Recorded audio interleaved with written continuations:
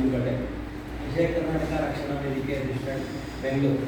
ಈ ಒಂದು ಸಂಸ್ಥೆಯ ಜಿಲ್ಲಾಧ್ಯಕ್ಷರಾಗಿ ತಿಪ್ಪೇಸ್ವಾಮಿ ಅವರು ಮೊನ್ನೆ ಪರಿಚಯ ಆದಾಗ ಧ್ವಜಾರೋಹಣ ಮಾಡಬೇಕು, ನಮ್ಮ ಕಾರ್ಯಕ್ರಮ ನೀವು ಇದರಲ್ಲಿ ಭಾಗವಹಿಸಬೇಕು ಹಾಗೆ ಅಂತ ಕೇಳಿದಾಗ ನಾವು ಇಲ್ಲ ತಿಪ್ಪೇಸ್ವಾಮಿ ನಾವು ಈಗ ಬೇರೆ ಕೆಲಸದಲ್ಲಿ ನಿರತರಾಗಿದ್ದೀವಿ, ನಾವು ಬೆನ್ನೆಲುಬಾಗಿರ್ತೀವಿ, ಆ ಕ್ಷಣದಲ್ಲಿ ಬಂದು ನಿಮ್ಮ ಕೆಲಸ ಏನಂದ್ರೆ ನಮಗೆ ಜವಾಬ್ದಾರಿ ಕೊಟ್ಟು ನಮ್ಮ ಕೆಲಸ ನಾವು ಮಾಡಿಕೊಡ್ತೀವಿ, ನಿಮ್ಮ ಮಾತು ಹೇಳ್ತೀವಿ. ಕೊನೆಗೆ ಆಮೇಲೆ 80ರ ಪೂರ್ವದಲ್ಲಿ ನಾವು 51 ಅಡಿ ಎತ್ತರದ ಧ್ವಜಸ್ತಂಭನ ಕನ್ನಡ ಸಂಘದಿಂದ ಮಾಡಿರ್ತೀವಿ ಲಕ್ಷ್ಮೀ ಸರ್ಕಲ್ನಲ್ಲಿ. ಪೂರ ವರ್ತಕರೇ ಇರೋದು, ಪೂರ ಆ ಒಂದು ಮಂಡಿಪೇಟೆ ಗಿನ್ನಿಕಂಬಿ ರೋಡ್ ಅಂತಂದ್ರೆ ವರ್ತಕರು ಎಲ್ಲ ವರ್ತಕರು ಕರೆದ್ರೆ ಅವರೇ ಬಂದು ಮಾಡಿಕೊಡ್ತಾರೆ.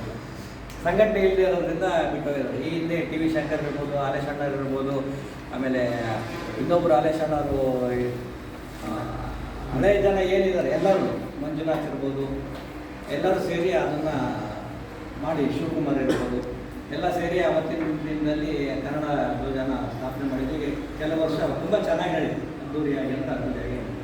ಈ ತಿಪ್ಪೇಸ್ವಾಮಿಯವರಿಂದ ಮತ್ತೆ ಮುಂದಿನ ವರ್ಷದಿಂದ ಅತ್ಯಂತ ಚೆನ್ನಾಗಿ ಅದ್ದೂರಿಯಾಗಿ ನಡೆದಿದ್ದೆ ಅನ್ನೋ ಮನೋಭಾವ ನಮ್ಮದೇ ಇದೆ.